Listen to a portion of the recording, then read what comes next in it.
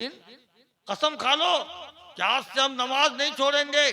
अजान होगी, वजू करेंगे और नमाज पर पहुंच जाएंगे, मस्जिद पे पहुंच जाएंगे, इमाम की इक्तदा में नमाज अदा करेंगे।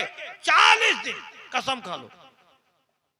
जलसा में आते हो, जब नमाज की बात होती है तो नीयत बन जाती है ना, कि आज से हम नमाज पढ़ेंगे। घर जाते हो, दिल में क्या ख्याल आया, चलो अभी वक्त बहुत है, कुछ दिन के बाद नमाज शुरू करेंगे, ऐसा होता है ना।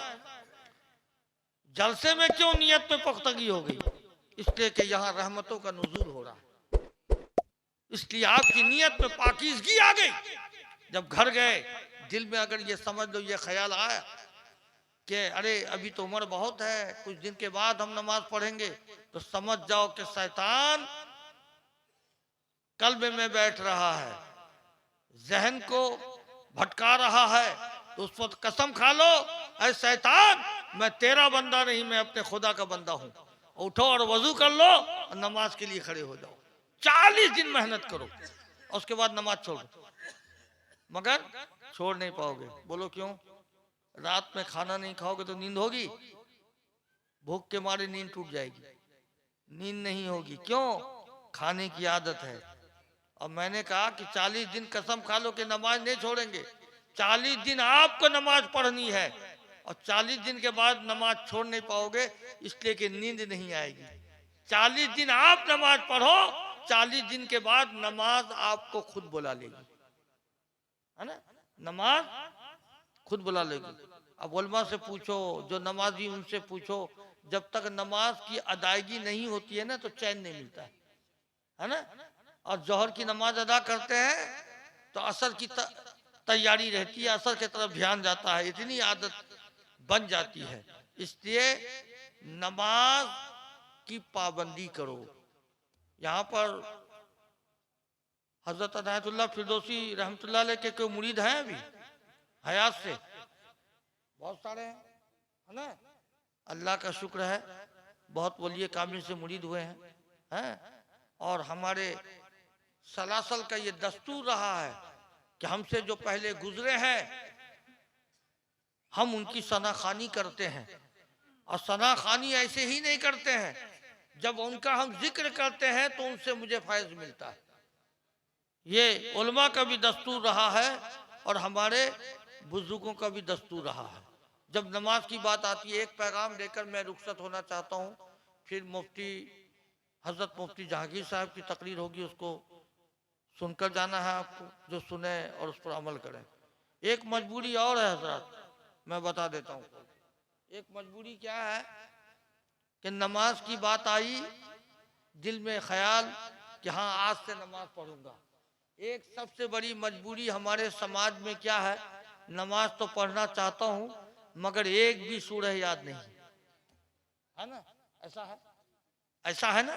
देखो छिपाओ मत, हम भी समाज ही में रहते हैं, मेरा भी घर, मेरा भी खानका गांव में ही है ना। और दूसरी बात,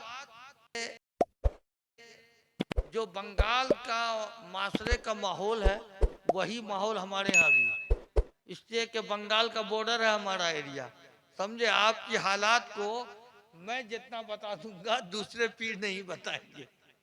इसलिए कि माशरा और माहौल मिलता जुलता है। ये मजबूरी है कि हमें एक भी सूरह याद नहीं है ना। तो ये मजबूरी को कब तक ढोओगे? आसान तरीका बताऊं, 21 दिन में नमाजी हो जाओगे, बनोगे।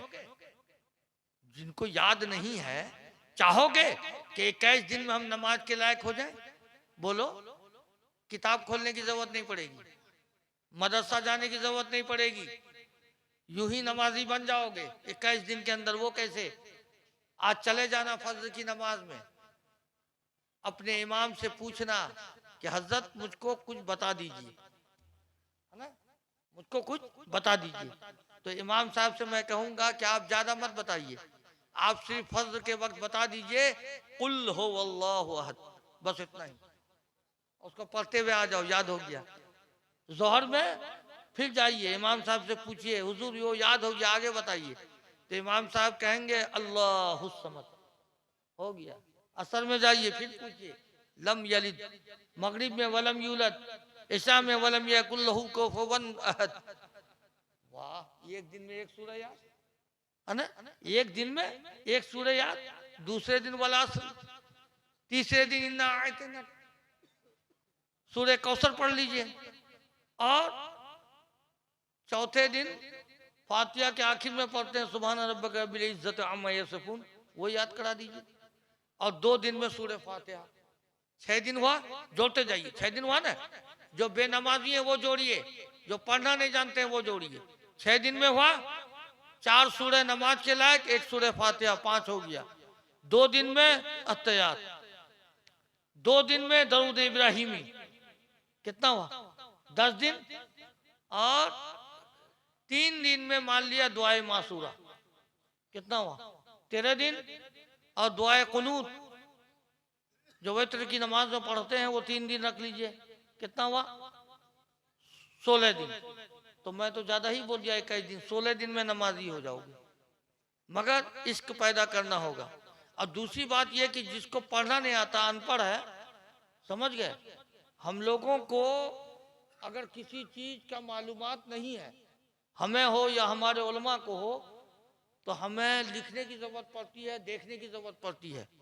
मगर जो अनपढ़ है, हमें देखने की और लिखने की जरूरत क्यों पड़ती है? इसलिए कि हम जब से पैदा हुए हैं, जब से याददाश्त है, तब से पढ़ते ही आ रहे हैं, मेमोरी फुल है। ये मेमोरी दूसरा लोड लेने को तैयार नहीं है, इसलिए हमें लिखने की जरूरत होती है।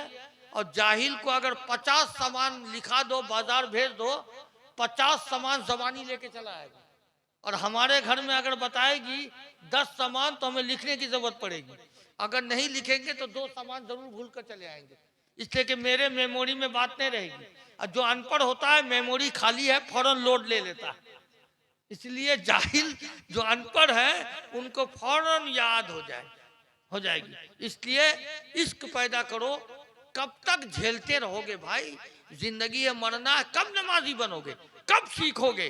जो मैंने रूट बताया, जो रास्ता दिया, आप अपने इमाम से मिलो और उनसे नमाज का तरीका सीखो। इंशाअल्लाह ताला 16 दिन के अंदर आप नमाजी बन जाओगे। दूसरी बात, मैं आपको एक बात का बेदार करना चाहता हूं कि कभी भी आलिम दीन से बुग़्ज़ मत रखना।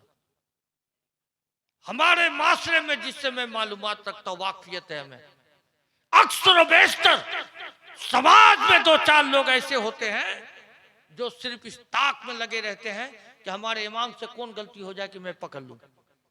इमाम की गलती को पकड़ने की कोशिश मत करना, अपनी गलतियों को देखना, याद रखो। इसलिए कि वो आपके इमाम है, आपके नमाज की जिम्मेदारी है उनके साथ, आप उनके इक्तदा में नमाज अदा करते हैं। आपकी भलाई उसी में है कि आप उनसे दुआ लें। किसी भी मदरसे में अगर मदरसे की कमेटी है, मैं उसको मुखातिब करके कहना चाहता हूं। अगर मस्जिद का कोई सेक्रेटरी है, मैं उसको मुखातिब करके कहना चाहता हूं कि जिस मस्जिद में इमाम है, जिस इदारे में असातिज़ाए कराम है, कभी भी हटाने की बात मत करना, ये कोशिश कभी मत करना। हाँ, अगर इमाम साहब खुद जाना चाहें तो खुशी खुशी उन्हें रवाना कर दो, मगर खुद हटाने की कोशिश मत करना, ये गलती मत करना। इसलिए अगर ये गलती करोगे तो रसूल पाक की नजर से गिर जाओगे, याद रखो। मैदान हश्र में मुंह दिखाना सपना हो जाएगा तुम्हें। इसलिए उलमाए कराम का एहतराम करो, उलमाए कराम की इज्जत करो। उलमाए कराम जब आपसे कुछ कहें तो उनको सुनो और उस पर अमल करो। उलमाए कराम का इतना कद्र करो, अपने इमाम की इतना इज्जत करो, ताकि उन्हें लगे कि ये मेरा एहतराम करता है, ये मेरी इज्जत करता है। जब ये बात उनके दिल में आएगी तो दिल से उनकी दुआएं निकलेगी। ये उलमा को कम मत भावना।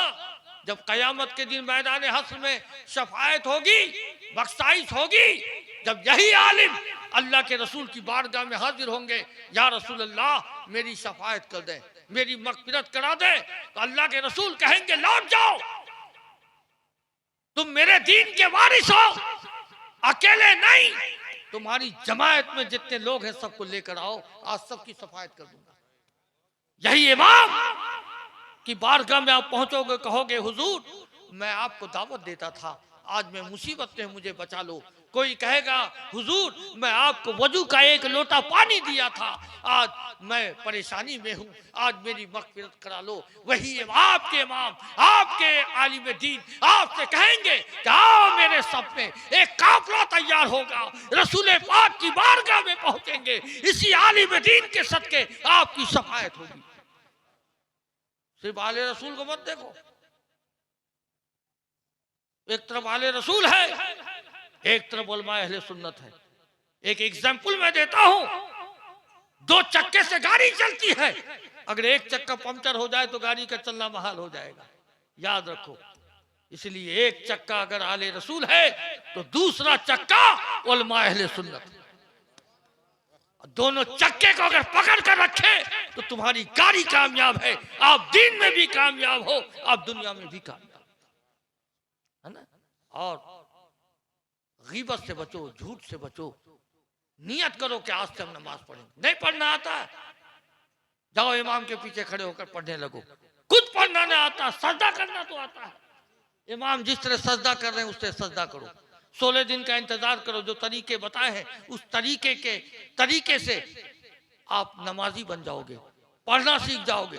तलफ्फुज़ भी सही करने का तरीका है, सही तरीका है। फजर में पहुंचो, मगरिब में पहुंचो, ईशा में पहुंचो और देखो कि हमारे इमाम सूरह फातिहा को किस तरह से पढ़ते हैं, उनके नकल करने की कोशिश करो। ये मश्क करते रहोगे तो इंशाअल्लाह कुछ दिन में आपकी तलफ्फुज़ भी सही हो जाएगी और नमाज का सही तरीके से आपकी अदायगी होगी। इसलिए और फातिहा करो। एक फातिहा का तरीका बता देता हूँ मुफ्ती साहब, फिर रुखसत होता हूँ। हम लोग फातिहा वाले हैं, मिलाद वाले हैं, सलातो सलाम पढ़ने वाले हैं। यही तो जहन्नमियों से हम लोगों का फर्क है ना। फातिहा, जिस घर में फातिहा नहीं तो कैसा सुन्नी घराना, है ना। एक फातिहा बता देता हूँ, याद रखो, ध्यान से सुनना। जब याद ना रहे तो अपने गांव के आलिम से पूछ लेना, अपने इमाम से पूछ लेना। एक फातिहा बताता हूँ, लगभग 300 रुपये का खर्च है, मगर 6 महीना चला जाएगा वो फातिहा। वो कैसे? 1 किलो चना खरीद लो, समझ गए, बादाम, आधा किलो मिश्री जानते हैं, और 1 पाव मुनक्का जानते हैं, जो किशमिश का बाप होता है, किशमिश से बड़ा होता है, वो दानादार होता है। मुनक्का फल के दुकान में जाइएगा, बता देगा। तीनों को 3 डिब्बे में रख दो, है ना।